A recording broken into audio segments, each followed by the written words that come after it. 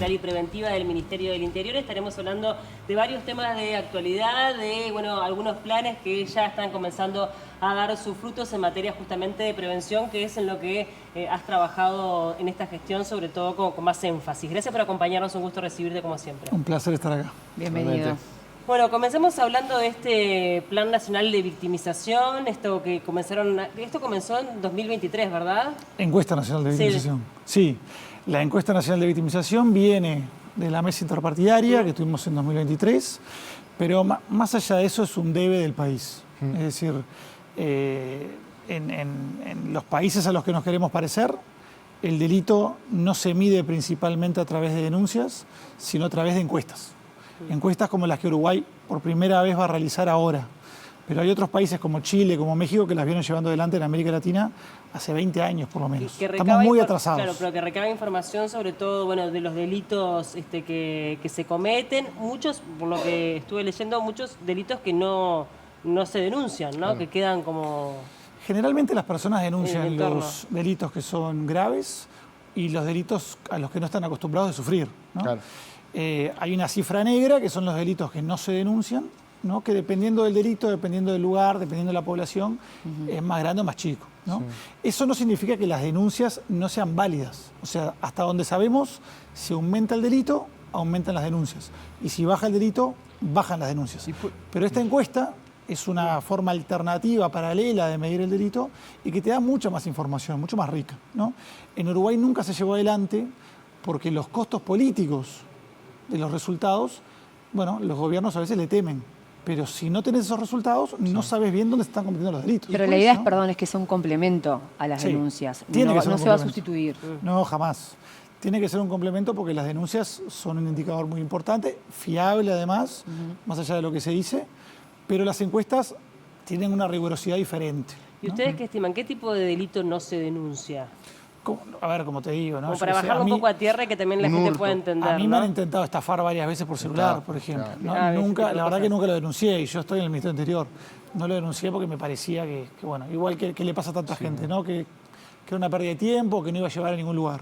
Bueno, tenemos que saber hasta qué punto las denuncias vienen en aumento, que seguramente vienen en aumento como en todo el mundo. Y puede ser que también tenga algo que ver con esa discusión política eterna en nuestro país, que es, la verdad es que hay una sensación de inseguridad y cuando hay, no sé, algún homicidio o algo, se dice, no, la gente tiene miedo. ¿Se va a poder cuantificar un poco más lo que es el sentir de la población en ese sentido? Las encuestas no solamente preguntan por la victimización, propiamente dicha, sino también por la confianza que tiene la ciudadanía en la policía, en los juzgados, en los actores de la seguridad pública, en cómo se sienten en su barrio, en el miedo que tienen, en qué piensan que debería hacer el Ministerio del Interior, por ejemplo, en qué debería invertir el dinero, si debería invertirlo en más cárceles o en más educación para los presos, por ejemplo, ¿no? Ahora, lo crucial para mí es que tenemos que entender en Uruguay que esta medida es básica para la seguridad pública, que en otros países se hace 30, 40 años, Uruguay está en deuda, y cuando este gobierno, el próximo gobierno, presente los resultados, tenemos que tener la madurez de entender que esos resultados no significan un fracaso, porque el próximo gobierno tiene que continuarla. Claro. Es decir, una no sirve para nada, ¿no? La meta es que a lo mejor en 5 años, cuando hablemos de delito, no hablemos de las denuncias, hablemos de cómo se mueven los resultados de la encuesta. Sanjurjo, más allá de que estas cifras, estos resultados, cuando estén el día de mañana, se puedan comunicar a la población, no es el único objetivo que tienen, sino es la generación de políticas de Estado más focalizadas, más efectivas. ¿Cómo puede ayudar al Ministerio del Interior a justamente ser más efectivo en esto, en lo que hacen? O sea, tenés razón, pero igual creo que, viste, en nuestro país la fiabilidad de los datos está siempre puesta en cuestión, ¿no? Siempre, en este gobierno y en el anterior también. No se creen los datos. Entonces, hacer esta transformación de pasar de discutir solo sobre denuncias a encuestas hechas por el INE, ¿no? Le pertenece al INE y además por ley tiene que hacerlo público, ¿no? Creo que puede dar un salto de calidad en la discusión, me parece, ¿no? Ahora, sí, también es como tú dices, ¿no? Es decir, cuanta más información tengas, yo creo que más se encoge, digamos, o más se centra la discusión, ¿no? Y eso hace que, bueno, más información da una discusión más sofisticada y por tanto políticas más sofisticadas. ¿Y los resultados van a estar en febrero? En febrero o en marzo. O sea, la idea es que el próximo gobierno cuando llegue los tenga sobre la mesa. Bien. ¿no? Y, perdón, ¿y la idea es que se repita esta encuesta Se tiene que repetir. Es decir, la ley, el decreto que firmó el presidente, mandata que se haga cada 2 años, por lo menos, ¿no? Una encuesta no sirve para nada. Lo que nos interesa acá es entender la evolución, ¿no? Sí, también va a tener también datos que tengan que ver, por ejemplo, con los barrios geográficos. Sí, exactamente. O sea, también hay Sí. información de ese tipo. Nos va a permitir entender, ¿no? Es decir, por ejemplo, seguramente en la costa se denuncia con mucha mayor facilidad que en algunos barrios de la periferia de Montevideo, porque hay un acostumbramiento diferente a los delitos, ¿no? Entonces, esto nos va a proveer de información mucho más detallada. Pero de vuelta, si cuando estén los resultados, la oposición del momento arma un escándalo, ¿no? Si en la prensa no se entiende también, bueno, que los números son lo que son y es una herramienta confiable, el gobierno no va a querer repetirlo. Y vamos a seguir estando en ese debe, ¿no? Y con las mismas discusiones menores que solemos tener. Lo hemos hablado acá un montón y tiene que ver con la discusión política respecto a la seguridad / inseguridad. ¿Es necesario poner más a la academia en este caso? Me imagino que tu respuesta es sí, pero ¿por qué es sí? Pensando sobre todo en eso que vos decías, ¿no? Sofisticar un poco una discusión que se ha caído muchas veces en el barro respecto a esto y se ha hecho política partidaria con homicidios, con situaciones un poco complicadas para lo que viene siendo nosotros. O sea, mi respuesta, como decís, seguro es que sí, pero además hay que crear academia. Es decir, ustedes ya lo hemos hablado acá en este programa, me parece, no hay dónde estudiar estos temas en Uruguay. O sea, es increíble, pero nuestro principal problema del país no hay dónde estudiarlo. No hay licenciaturas, no hay maestrías, no hay posgrados de ningún tipo, no hay ningún tipo de oferta, ninguna, ¿no? Entonces, hay que crear academia y sí, a mí me gustaría mucho que el observatorio, por ejemplo, es un debe que nos ha quedado, pero me parece que hay que hacerlo, hay que reformarlo de tal manera que tenga más legitimidad. Y eso implica, por ejemplo, por decir algo, tener una comisión honoraria donde esté la academia representada, ¿no? Que le empiece a dar confianza a la población sobre lo que se hace en el observatorio. Que nosotros que estamos ahí sabemos que lo que hace es fiable, pero gran parte de la población no confía en los datos que damos y la oposición, esta y cualquier otra, se aprovecha de eso, ¿no? Entonces, sin duda que sí. Hablemos un poco de este proyecto de inclusión asistida, que es en realidad un proyecto aplicado en la cárcel de Santiago Vázquez, que tiene sus primeros resultados, un tanto incipientes, pero que por lo menos nos da alguna pauta. ¿De qué trata? Está espectacular. Es decir, es un piloto que lanzamos en conjunto el Ministerio del Interior con el MIDES. También tiene el origen un poco más indirecto, pero en la mesa interpartidaria. Y acá lo que sucede es lo siguiente. Nuestros presos, si no tienen recursos propios, salen de la cárcel sin absolutamente nada. Es decir, cuando digo nada me refiero a nada, salvo la ropa que tienen puesta. Si tienen alguna pertenencia, hay una especie de trato intracarcelario de que tienen que dejárselo a los que entran. Sí. Entonces salen sin absolutamente nada. Hay algunas ¿no? organizaciones, pero obviamente sabemos que son excepciones, o sea, que no cubren ni la 10ª parte de lo que se necesita. Exactamente, ¿no? O sea, hoy por hoy nuestra cárcel, después me gustaría hablar de eso, yo creo que ya hace mucho tiempo que se ha transformado, o sea, la forma en la que tenemos nuestras cárceles se ha transformado en parte y causa de la inseguridad. Sí, claro. ¿no? Entonces, uno de los miles de problemas que hay es que la gente sale sin absolutamente nada. ¿No? Hay una persona que no tiene recursos, que no tiene nada para comer 2 horas después de haber salido, no tiene dónde ir a dormir, ni nada parecido. Evidentemente sus posibilidades de no reincidir son enormes, incluso si la persona no quiere. Eso tenemos que reconocerlo. Claro. Entonces, esto no es normal. Por eso tenemos las cifras que tenemos, ¿no? Exactamente, pero no es normal para nosotros. En otros países los presos salen con ayuda estatal para poder recomponer un poco sus vidas, para tener donde pararse al menos por un tiempo. Sí. Entonces, como no teníamos recursos para hacer ese cambio tan drástico, hicimos un proyecto piloto con el MIDES y con la Universidad de Montevideo, por el cual, de manera muy controlada, a 500 liberados les dábamos una ayuda mínima, muy mínima, de unos 2.000 pesos. 2.000 pesos más boletos de transporte, porque ni siquiera eso tienen. Salen de la cárcel y están en el medio de nada, ¿no? Entonces, eso lo controlamos junto con un grupo de control de 1.500 presos que salían sin ninguna ayuda. Y los resultados de estos primeros 5 meses de este programa son muy buenos. Es decir, demuestran que el grupo de tratamiento reincidió un 25% menos solo en el primer mes. Claro. Es decir, en el primer mes ya había un 25% menos de reincidencia. Me acuerdo que hace un tiempo me dijiste que para el tema de las cárceles es necesario generar planes piloto para demostrarle al sistema político, a la sociedad en general, a los tomadores de decisiones, que es efectivo y que eso tiene una repercusión en la seguridad pública. Esto, evidentemente, por lo que estás contando, lo está demostrando. ¿Y ahora qué? ¿Es posible extender eso? ¿Es posible que esto sea la nueva forma de entender la situación de reclusión en Uruguay? Y bueno, el informe final sale en febrero, ¿no? En febrero vamos a tener datos que seguramente sean muy parecidos a estos, que nos van a decir en estos primeros meses, ¿no?, la reincidencia del grupo de tratamiento ha bajado un montón. Evidentemente, un análisis de costo-beneficio nos dice que si yo le doy 2.000 pesos a una persona liberada, ¿no?, sus posibilidades de reincidir bajan un 25%.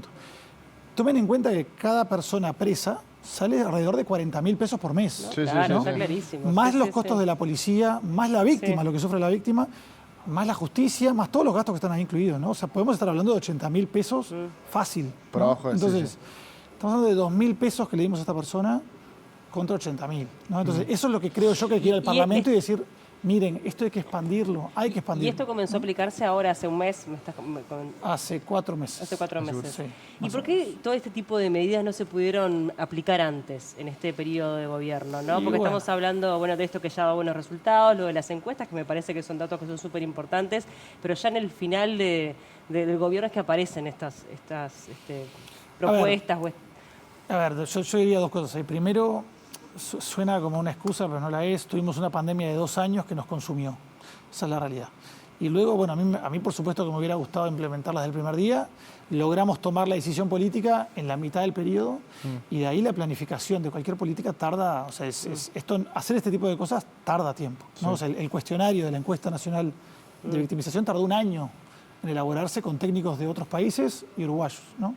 Este programa es un programa complejo, con toda una evaluación independiente detrás. No te diría que tardó 1 año, pero tardó 9 meses fácilmente en implementarse, ¿no? Y luego lo que hay que esperar es a tener resultados para poder hacer eso, Para ¿no? mostrarlo. Claro. Para poder demostrar ¿Pero que esto tuvo que funciona, ver de ¿no? repente con los cambios que tuvo el Ministerio del Interior en sus direcciones o no? Y no lo sé porque el primer ministro falleció, entonces la verdad que no lo sé. Pero sí es verdad que este tipo de lo que estamos hablando ahora comenzó con Heber, ¿no? Con Luis Alberto Heber con el ministerio. Sí, pensando en el programa y en particular en esta posibilidad de extender, ¿hacia quiénes, en tu caso, una opinión absolutamente personal, hacia quiénes lo extenderías y sobre todo hasta qué punto se puede hacer pensando en que los niveles de peligrosidad, si se quiere, dentro de los internos es variopinto, es heterogéneo? A tu consideración, ¿hasta dónde irías y sobre todo hasta qué punto tendría un cambio? O sea, yo digo que este piloto es excelente porque está diseñado de la manera que hay que diseñar políticas públicas. En el sentido de que hay todo un equipo del INE, del Ministerio del Interior y de la Universidad de Montevideo analizando todos los puntos de vista del programa. Entonces, en esos 500 se mezcló todo tipo de perfiles. Ah, mirá. ¿No? Entonces, en la evaluación final vamos a saber qué perfiles son los que reinciden menos con este tipo de ayuda. Ahora, dicho eso, yo creo que habría que expandirlo a toda la población penitenciaria, ¿no? Y luego habría que empezar a ajustar cosas, a ver, bueno, capaz que la persona no reincide durante un mes, pero el tercer mes reincide, ¿no? Igual valió la pena, porque nos ahorramos muchísimo dinero. Claro. Pero a lo mejor a esa otra persona hay que empezar a pensar otras políticas de ayuda, ¿no? Sí, que sean hasta complementarias, ¿no? Y hablando del sistema penitenciario, se vienen ahora en los próximos días un momento bien especial, que es la presentación de la Estrategia Nacional de Reforma del Sistema Penitenciario, en la que han trabajado durante mucho tiempo con una especialista. Si nos puede adelantar alguno de los resultados, o si le pregunto cuáles son los 4 puntos fundamentales en los que deberíamos trabajar en el Uruguay, ¿cuáles destacaría? Miren, la verdad, yo no soy de... Ya ven que si hay algo que está mal, yo digo que está mal. Nuestro sistema penitenciario tiene una crisis estructural. No es un tema que se pueda arreglar un día para otro. No hay una dimensión, ni 4 ni 20. Es decir, el sistema entero hay que repensarlo, ¿no? O sea, esto lleva décadas de no quiero decir de olvido, pero de no haber tratado esto como se debería, junto con un aumento exponencial de la población penitenciaria, lo cual va a hacer todo mucho más difícil, ¿no? Entonces, yo creo que en una semana el día 17, el 17 vamos a presentar este libro blanco de reforma penitenciaria que de alguna manera le dice a los próximos gobiernos, este es el camino, ¿no? Es un documento amplio, hecho por una especialista como Ana Viña, pero en un proceso muy participativo en el que participaron académicos, técnicos de la oposición, técnicos nuestros, técnicos del ministerio, gente de embajadas, gente de afuera. Fue un proceso como nunca se había hecho antes, como para que Uruguay por primera vez tenga una estrategia a largo plazo para las cárceles, ¿no? Esto, para mí lo importante primero es entender que fue una propuesta del Partido Colorado y del Partido Independiente, lo tomó un ministerio blanco y lo implementó.